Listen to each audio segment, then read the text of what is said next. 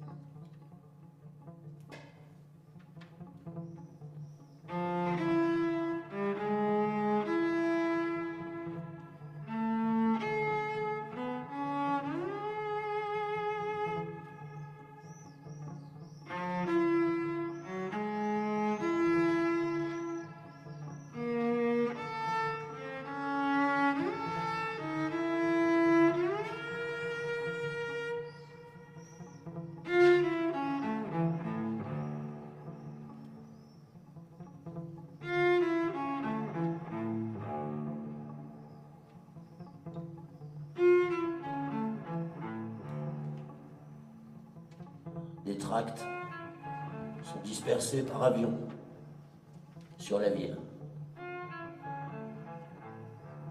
Que la population reste calfeutrée chez elle. La bataille sera brève. La fin est pour bientôt. 1er novembre. La Golden Division pénètre dans Mossoul. La marée noire et verte se répand dans les rues simultanément par les portes sud et est. Quartier périphérique, station essence, parking. Vive Hussein, gravé en lettres d'or sur un char. Le calife Baghdadi lance un appel radio. Il ordonne de combattre les croisés jusqu'à mort. La cité de Mossoul se referme sur elle-même. C'est le début de la fin. Mais quand sera la fin? Certains disent que la guerre va durer pour 20 ans et demandent si c'est ça, la libération. 11 novembre. Un gradé euphémise. La reprise des quartiers Est prend un certain temps. Tout le terrain gagné retourne aux djihadistes, une fois la nuit tombée.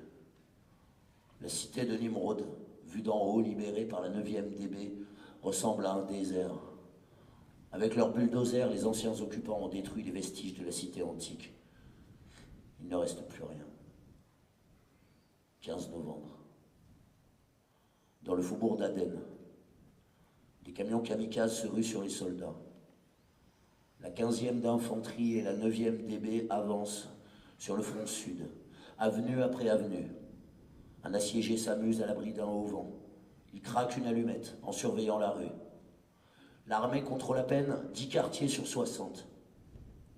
Enfoncés dans la bouche d'un canon irakien, des drapeaux noirs et blancs de l'organisation, le coup part, confetti, rafale d'encouragement. Capitale de l'État islamique au Levant. Les habitants saluent poliment les soldats et retournent vaquer à leurs occupations sans qu'aucun soulèvement populaire ne survienne. 25 novembre. La température tombe en dessous de 0. Les tentes du camp de Khazir sont arrachées. Le vent glacé s'infiltre sous les habits d'été. Les enfants souffrent de fièvre et de crises de diarrhée. Les humanitaires distribuent des couvertures, de l'isolant pour tentes, des chauffages électriques, 100 groupes électrogènes pour les faire fonctionner. Les tanks impriment la marque de leurs lames de chenilles dans le goudron des grands boulevards périphériques.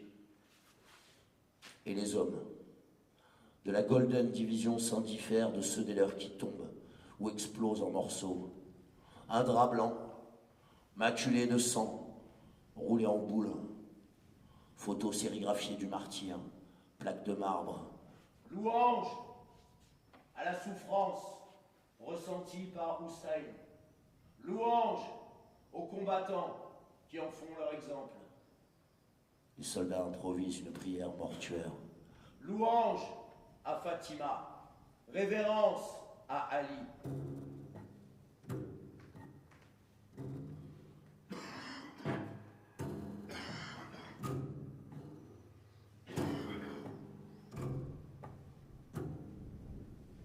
Une attaque aérienne pulvérise les 5 ponts qui relient les 2 rives. Les camions kamikazes et les voitures béliers ne peuvent plus traverser. Les snipers de l'organisation se relaient dans une chambre d'enfant. Un tireur d'élite dort, dans un lit à barreaux, derrière la meurtrière. Ashton Carter assure que Mossoul peut tomber avant l'investiture de Trump, à mi-janvier. Un tunnel se dédouble dans la cave d'une maison. Une famille voit passer 3 hommes sortis de terre. Ils montent au rez-de-chaussée, s'accroupissent aux fenêtres. 10 mètres derrière la ligne de la colonne de tête, les militaires de dos, ils tirent comme à la foire. Les soldats se font prendre, sans pouvoir répliquer. Dans la cave, les habitants se bouchent les oreilles. Morceaux de verre projetés partout dans l'escalier. Les combattants refluent, à 4 pattes sous le feu, et repartent par où ils étaient arrivés. 6 décembre. La 9e DB perce jusqu'à l'hôpital El-Salem, au bord du Tigre. Les assiégés encerclent la brigade isolée. Des dizaines de snipers dans les rues adjacentes. Les hommes de la 9e se replient sous les balles, jusque dans l'hôpital. Les soldats comptent leurs armes. Le contre-terrorisme se détourne en urgence. Les hommes de la 9e, de moins en moins nombreux, à bout de munitions, récitant des prières. Les renforts les délivrent, en prenant à revers le cordon de snipers. Les forces sont égales. Le contre-terrorisme n'arrive qu'à détourner le feu du camp adverse. Le temps pour les soldats de sortir fracassés. Ils se replient plus d'1 kilomètre en arrière. L'hôpital Al-Salam retourne aux assiégés. L'échec est célébré comme une victoire totale. Le contre-terrorisme a rempli sa mission. Le fleuve frontière, encore inatteignable. La boue submerge les rues et enlise les blindés. Visages de fuyards, sous des masques de poussière, lèvres collées, cheveux gris, cils poudrés, poumons tapissés, tout haché, récit d'horreur primaire. Dans les derniers bazars encore ravitaillés, une bouteille de gaz se vend $150, des appareils photo, les micros, les stylos, les lunettes, les bijoux doivent être déposés à l'entrée des mosquées. L'insurrection massive de la population ne se produira pas. Les dommages matériels et les pertes humaines conduisent les généraux à revoir leur tactique. Les médias sont tenus hors des zones de combat.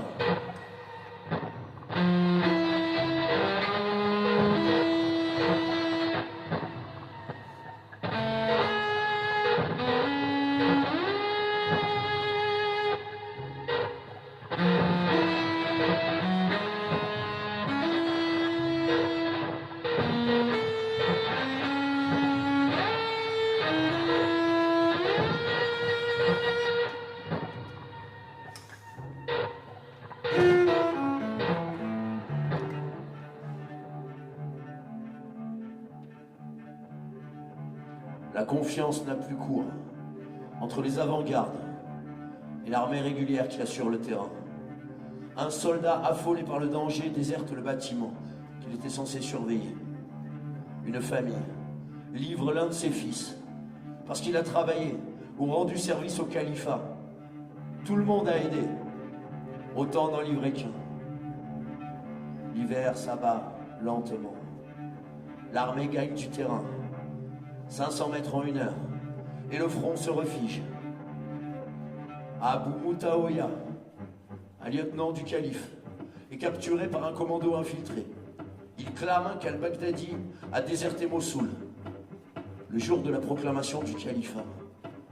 Abou Bakr el-Baghdadi prônait sa dialectique, drapé au noir, comme un cavalier abbasside, turban noué sur la tête, une Rolex au poignet. 30 décembre. Le quartier d'Intisar est à feu et à sang. Les soldats avancent dans un gourbi bourré. Bataille des bulldozers, des drones et des tunnels. Le bleu du ciel contraste avec les champignons anthracites qui le strient. Le balai aérien s'arrête avec la nuit. Les assiégés adaptent leur réseau souterrain en fonction des mouvements. Pendant que les tireurs se reposent, la main-d'œuvre investit les galeries, était marteau-piqueur. Haider al-Abadi dit: tout fonctionne comme prévu. Depuis que les opérations sont en phase 2, les vaillants combattants irakiens montent au front, les poumons gorgés d'un bel esprit victorieux. Les assiégés répondent à leurs mitrailleuses lourdes par des tirs imprécis de vieux fusils d'assaut. Des rafales retentissent dans tous les quartiers est. La population fuit, sans savoir où aller, par grappes de 10 ou 20 dans les rues détrempées. 1er janvier, le quartier d'Intisar est bouclé par l'armée. Les militaires inondent les avenues de rafales. Les armes de la colonne déchargent à l'unisson. 2 tireurs se retrouvent au milieu d'un boyau. Ils se criblent de balles avant de disparaître. L'un des 2 combattants amorce sa ceinture. Le tunnel s'écroule sous l'effet du tourbillon. Le vent et la poussière clouent l'aviation au sol. Le fantassin avance. Sans soutien aérien, l'étau se resserre comme un collier à glissière. La foi pour les uns et la terreur pour les autres. L'armée surplombe le site assiégé, dos au fleuve.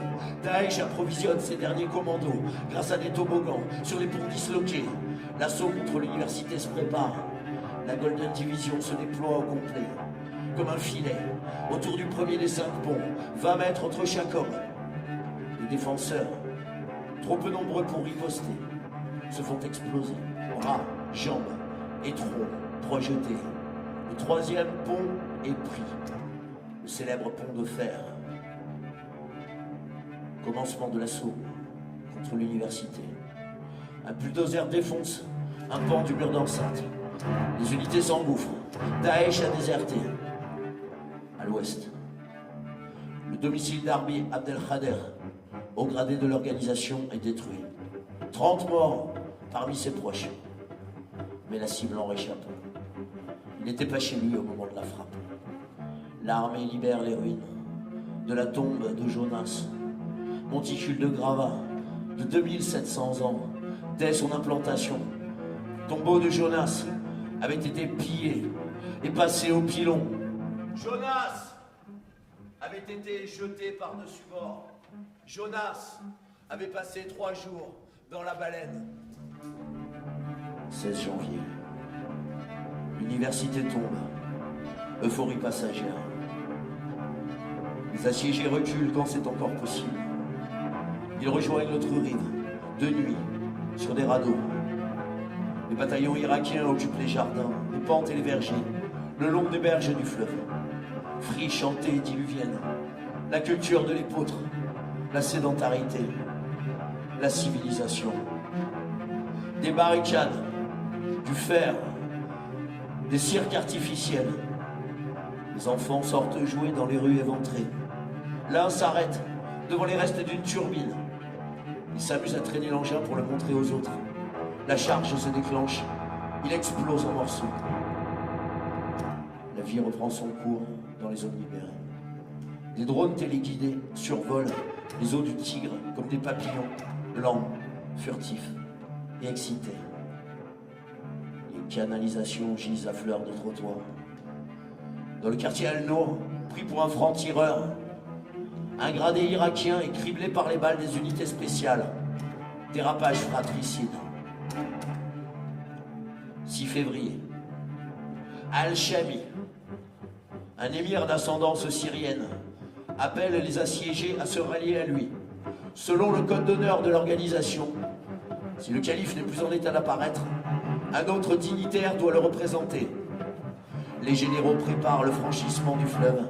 Les divisions blindées attaqueront par le sud pour s'enfoncer ensuite dans le vieux centre-ville. L'armée devra ouvrir un front supplémentaire.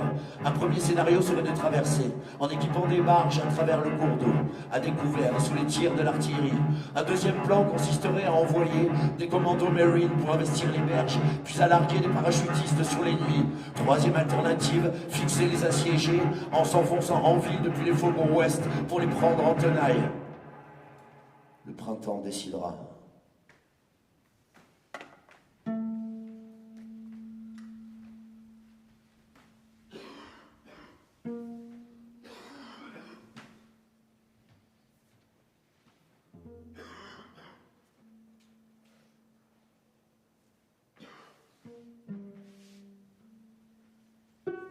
« 19 février. Le génie positionne des pontons amovibles. L'aviation ouvre la voie dans la banlieue sud-ouest. L'armée prend l'aéroport sans opposition. Elle charrie ses canons jusque sur le tarmac.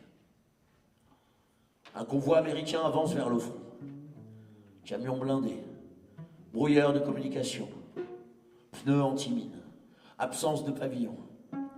L'aviation pilonne les quartiers résidentiels. L'armée prend possession du pont le plus au sud. Elle déploie son ponton et commence à charrier du matériel et des hommes entre les deux rives. Les cadavres jonchent les rues. Al-Marmoun est repris. Les assiégés concassent des gravures, des statues, avant de déserter. Idolâtrie païenne, l'ignorance et le nom dégradant qu'ils attachent à l'histoire antérieure à la vie du prophète. L'assaut contre le gouvernorat se prépare. Les assiégés reculent pour attirer l'armée. Al-Nouri est en vue. 9 mars.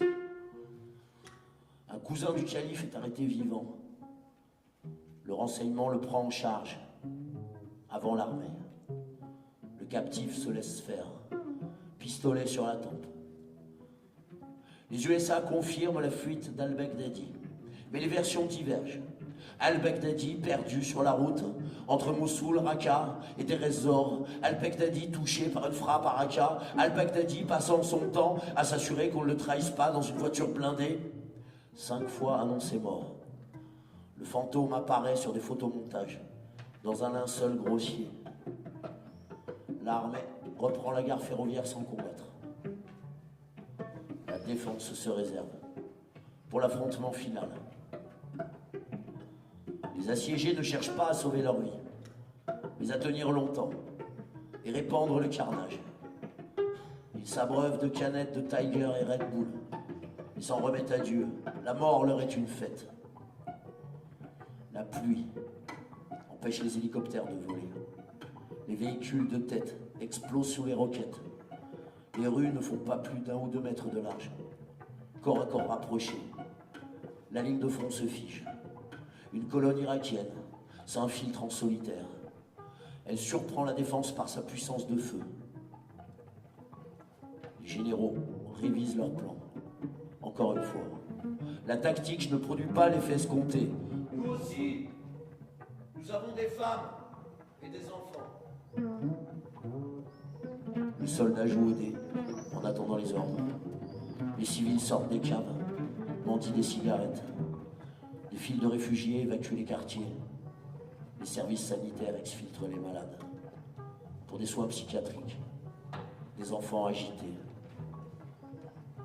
Dans les quartiers de l'Ouest, évacués et rasés, des débris, des carcasses encastrées, calcinées, à Hammam el-Alil pour avoir leur ration. Des réfugiés s'étripent, le camp est submergé. À El Jedida, l'aviation alliée bombarde un pâté de maison, erreur de renseignement. L'accès est interdit aux envoyés spéciaux. Les généraux expliquent qu'il s'agissait d'un piège. Plus de 200 cadavres sont tirés des gravats. Le génie s'active pour dérouler un ponton sous le feu des snipers. Riposte, évacuation. L'impréparation de l'armée est stupéfiante. 2 avril. L'organisation contre-attaque sur plusieurs fronts.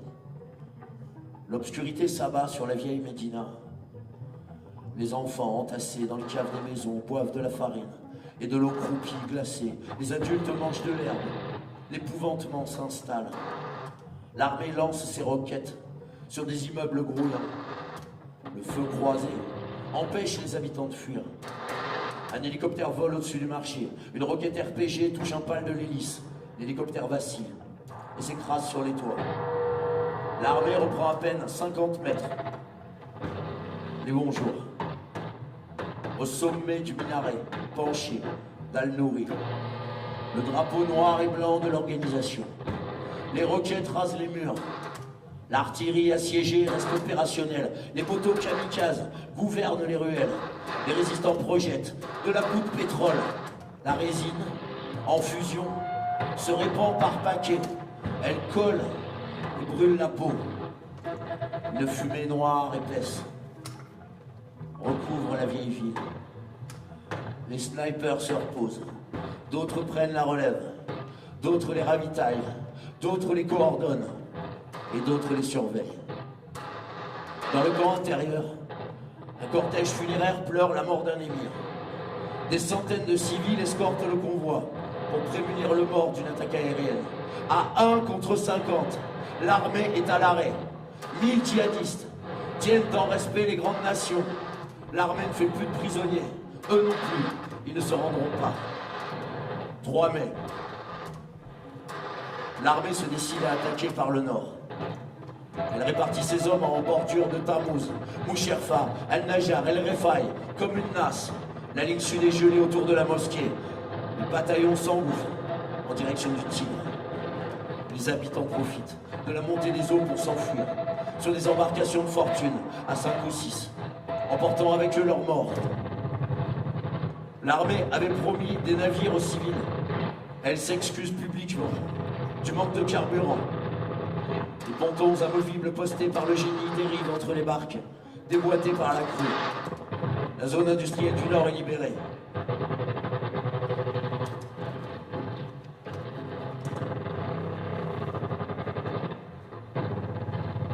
Les civils ont le choix entre mourir de faim, une maladie sous les roquettes, ou emmurer dans leur propre maison aux portes vitrifiées au chalumeau par les combattants en retraite. Tarbouz est encerclé. Les soldats se reposent à l'abri d'un palais. L'un des murs se disloque. Une roquette rebondit.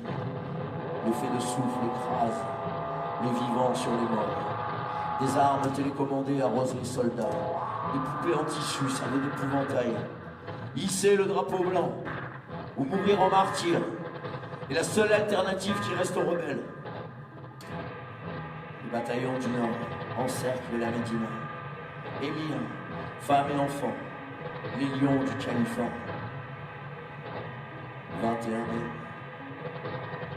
La Golden Division est démobilisée. Mais les hommes n'obéissent pas. Ils gardent leur position. Les résistants brûlent tout. Voitures, camions, pétrole. Au-dessus des ruelles, des tapis, des tissus, des couvertures, des bâches, aveuglent l'aviation. Le ramadan commence. 500 hommes retranchés avec des provisions, des otages, des esclaves, un bloc opératoire, la documentation de l'organisation, des médecins et des armes tiennent le dernier verrou avant la Médina. L'hôpital Ibn Sina recèle un arsenal. Zanjili, Al-Sara, Al-Roula tiennent encore 20 pâtés de maison. Le centre à 500 mètres. Des palettes de tracts qui pleuvent, larguées par les avions. L'assaut final commence. Les appels à s'enfuir sont une provocation. Personne ne peut sortir.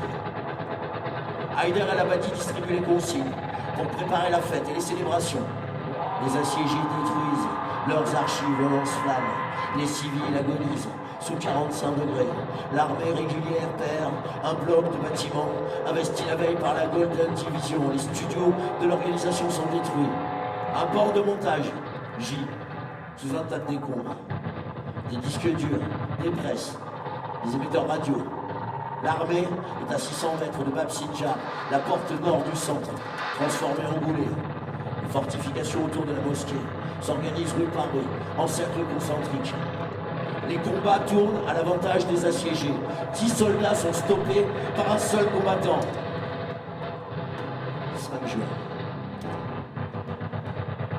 200 civils profitent d'une faille dans un remblai.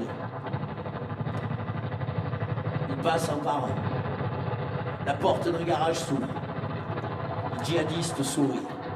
Leurs mitrailleuses arrosent. Ils fument en massacrant. Les hommes de l'hôpital Ibn Sina tiennent la place. Les Américains larguent des bombes de phosphore blanc. Les torches en combustion ricochent dans l'hôpital. Les portes se désagrègent. Des dizaines d'assiégés se sacrifient les mains en tentant d'étouffer les brandons qui les brûlent. Les médecins raccommodent et soulagent les blessés. Ils les achèvent quand il n'y a plus aucun espoir. L'aviation bombarde aveuglément. 3 familles dans la cave pour un homme sur le toit. Les résistants étirent leur ligne au maximum pour empêcher l'armée de concentrer ses tirs. Vision d'apocalypse. Nourrissons anémiés. La coalition pousse. Les morts sont enterrés dans les cours intérieures. Le ramadan s'écoule. Les religieux invoquent l'heure du jugement dernier. Regard quartier. Dents en or arrachées. Les combattants s'offrent en sacrifice à leur Dieu. Le soleil fait bouillir le sang coagulé. Il redevient liquide, sous 45 degrés. La nuit, des ombres glissent entre les ruines fumantes. Des adolescents assoiffés risquent leur vie. Ils remplissent leurs bouteilles en plastique dans le Tigre. Zanjili est tombé, 500 mètres gagnés. L'armée croyait combattre depuis le mois d'octobre, mais c'était les prémices. Les militaires reprennent leur souffle avant l'assaut. La vraie bataille commence. Sur un marché grouillant des quartiers est, une femme explose en plein milieu de la travée centrale. Étal de commerçants déchiquetés sur 100 mètres. La prise de Bab Sinjar annonce le commencement du siège de la vieille ville. L'infanterie se prépare dans le dédale des rues, tortueuses et défoncées.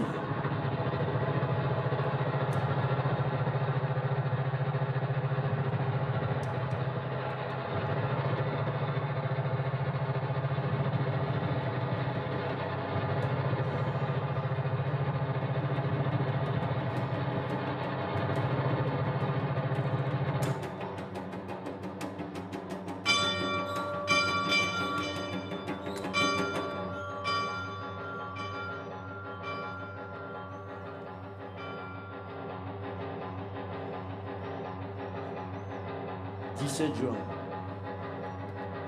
L'assaut final commence. Les soldats en tortue.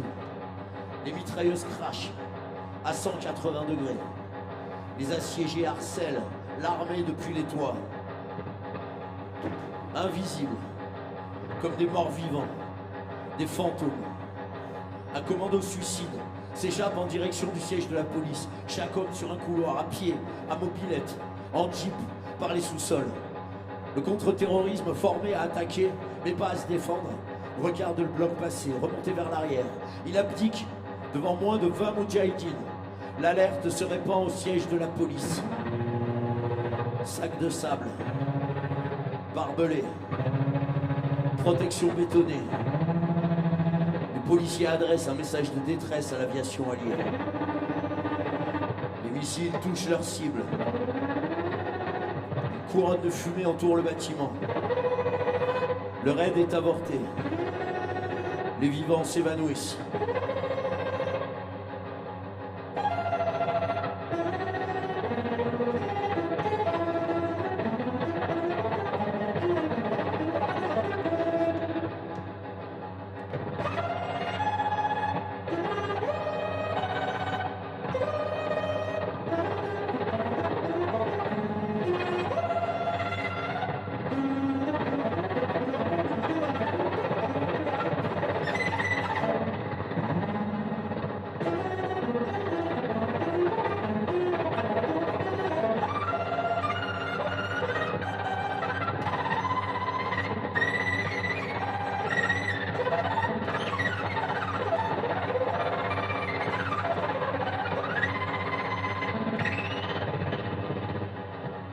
« 21 juin. Un résistant croit voir des soldats encercler la mosquée Al-Nouri. Il alerte sa brigade. La mosquée est piégée. Les assiégés délirent. Ils prennent la décision de déclencher les charges. La mosquée disparaît. Al-Hadba est à terre. Il voulait empêcher l'armée de parader. Les rebelles tiennent un fort d'1 km². Al-Mushahada tombe. Les émirs irakiens exfiltrent leurs familles au milieu des civils. Carcasses, encastrés dans les murs, mers de gravats. Les premières lignes se font livrer des masques à gaz pour supporter l'odeur des corps à l'abandon. L'armée avance ses tanks jusqu'à l'enceinte grêlée de l'hôpital Sinna. Ils enfoncent la muraille. La tête de la colonne se désagrège. Blindage, tordu, terrain, miné. Les unités spéciales se faufilent dans la cour, 100 mètres à découvert, jusqu'au corps tranché. L'hôpital ressemble à un château fracassé. 27 jours. Les hommes de la Golden Division rasent les murs. Ils perdent leur sang-froid. La relève n'arrive pas. L'armée lance un appel aux soldats réservistes. Des éclopés à peine sortis des hôpitaux. Les packs de bouteilles d'eau pèsent 1 tonne sur les dos. Tas de décombres inertes. De gaines électriques nues. Le drapeau irakien pendu à une antenne délimite le réduit. Un général compare Daesh à un glaçon qui fondrait au soleil. Corps à corps, chasse à l'homme, dans l'hôpital Sinna. Al-Abadi proclame la victoire de l'armée. Les forces supplétives sont démobilisées. Chants et danses. Mort des traîtres. Rafales de tirs de joie. La police fait la fête. Au milieu des décombres de la vieille Médina, civils claquant des dents, émergeant en guenilles, surpris d'être vivants, emportant avec eux des photos, des papiers, dans des sacs attachés autour de leurs poignets pour coller sur les os, des pouilles de parents morts chargées sur les épaules. Les soldats les font mettre à nu pour les fouiller. Des grands-mères octogénaires, ridées, même des adolescentes. 2 juillet. Les Américains poussent la France et l'Angleterre à raser la vieille ville sous un tapis d'obus, en finir à tout prix, à malgré tout un prix. En finir à tout prix, à malgré tout un prix. Les civils dépensent leur dernier or pour débouer. Ils se laissent dériver de nuit, au gré du fleuve. Les assiégés recrutent des femmes à épouser. Les derniers résistants de l'hôpital Sinna s'enfuient par les égouts. Les mineurs avancent dans les couloirs piégés, ils défoncent au bélier une contre-cloison, dizaines d'adolescentes yézidis, emmurées, prostrées, blessée, aphone, galeuse, terrorisée, puante, folle, affamée. 4 juillet. En finir à tout prix, à malgré tout un prix. Les unités d'élite ressemblent à une armée de bras cassés, perdus, torse et jambes écharpés, fusils rafistolés, mouchoirs noués sur le crâne, uniformes rapiécés, chapeaux mous, débardeurs. Plus la fin se rapproche, plus elle semble hors d'atteinte. Les soldats vont courbés par les trous, les galeries. Ils se parlent en aboyant. 5 juillet. En finir à tout prix, à malgré tout un prix. Le fleuve n'est plus qu'à 100 mètres de l'avant-garde. 8 juillet. Les derniers assiégés combattent héroïquement. Ils tiennent une bande de 300 mètres sur 50. 9 juillet. Haïder al-Abadi descend d'un jumbo jet, en tenue militaire, casquette noire sur la tête. Louange à l'héroïsme intrépide des soldats. Maïdan est encerclé. L'Anali est en vue. 10 juillet. Explosion spontanée et passagère de joie. Quartier ruiné, crevasses, géantes, béantes, talus, nouvelle géographie, boulevards qui n'en sont plus. Les assiégés rallongent les heures à l'infini. La proclamation de la victoire les excite. L'évacuation d'un groupe de familles est scellée. Une masse humaine émerge des collines de Grava. Drapeau blanc, soumission.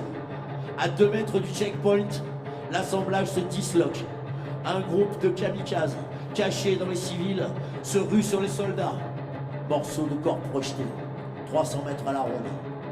13 juillet, les militaires se baignent dans l'eau marron du fleuve. Les assiégés retournent leur batterie de mortier pour arroser aveuglément les quartiers est. Un hélicoptère tombe sur un ancien théâtre. La Médina est une planète coupée du monde. Les gens en bonne santé, bien nourris, sont suspects. Exécution sommaire au fond des arrière-cours. La mort est le début et la fin de chaque jour. Les soldats cherchent à prendre les assiégés vivants. Tuer n'est pas suffisant. Égorgement, supplice, assassinats aveugles, mouchoirs rouges, némésis.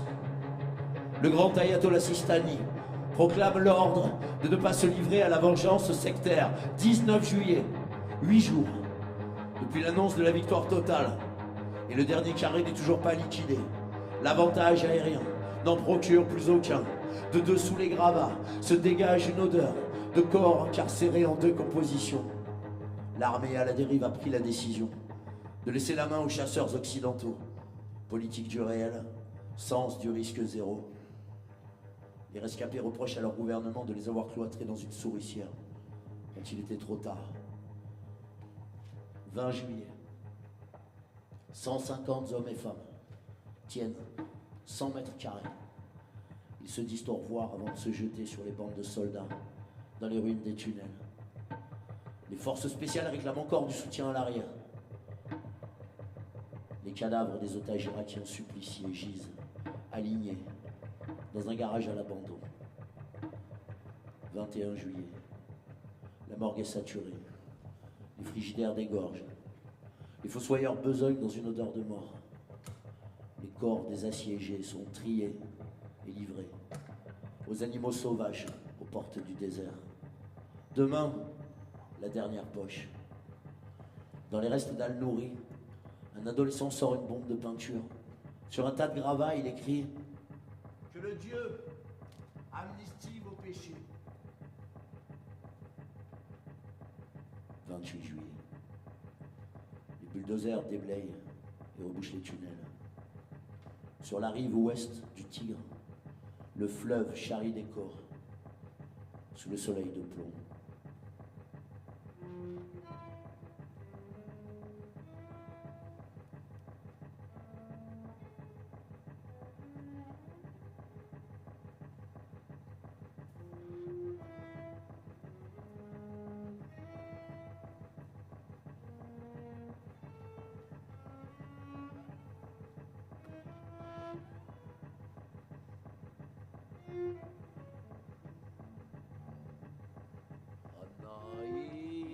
الحرب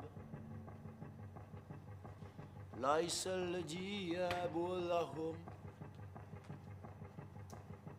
المدينة المدينة التي ولدت فيها لم تعد موجودة. تم بيع أختي أولئك الحدين حررونا، دمروا كل شيء هنا. من سيبكى؟ من سيعود؟ من سيعيش تحت الأنقاض؟ الحديقة ليست من العبر، الغمدي والأبيات في كل مكان. صلت من أجر، القفز من نافذها، أطلق النار عامة في المسجد.